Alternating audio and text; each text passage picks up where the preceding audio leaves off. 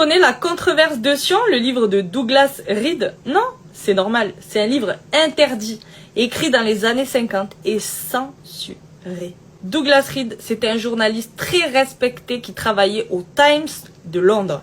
Et après avoir écrit ça, il a disparu. Pas parce qu'il avait tort, ce livre attaque toutes les bases spirituelles, politiques, historiques du pouvoir moderne. Il parle de l'influence du sionisme et du talmudisme sur le destin des nations occidentales. Chez nous, quoi. En gros, la controverse de Sion, c'est la tentative d'un journaliste désabusé de comprendre pourquoi ce monde part en vrille et surtout, pourquoi nous n'avons pas le droit d'en parler. Alors, laisse-moi te résumer ça en 3 grosses parties. La première, le fondement religieux. L'Ancien Testament. C'est pas un livre spirituel universel, dit-il. C'est un manuel de loi radicale de séparation où un peuple élu domine les autres. Et le Talmud, écrit après la destruction du temple, est encore plus extrême selon lui. Les non-juifs seraient inférieurs, exploitables et invisibles.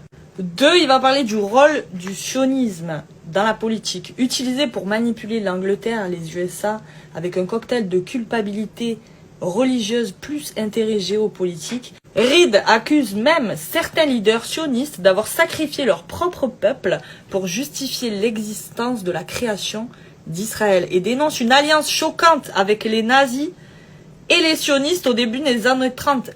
L'accord Avara. Dis-moi si tu connais pas, je te ferai une vidéo sur ça. 3. Il parle du contrôle mental. On vit dans un système basé sur quoi?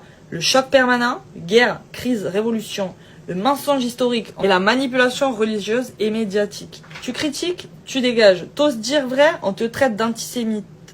Fin du débat. Ah, c'est un peu ça. Hein. Écoutez ça, ce livre est interdit d'analyse politique parce qu'il relie des faits historiques qu'on a volontairement dissociés ou effacés. En gros, c'est pas un livre, c'est une arme de lucidité massive. Alors lis-le. Pas pour y croire, mais pour savoir pourquoi on t'a interdit de le lire. Tu veux la vérité? Tu risques de la payer cher, mais tu vas kiffer. Ouais, c'est une 30aine d'euros à peu près le livre. Mais je voulais quand même bien résumer.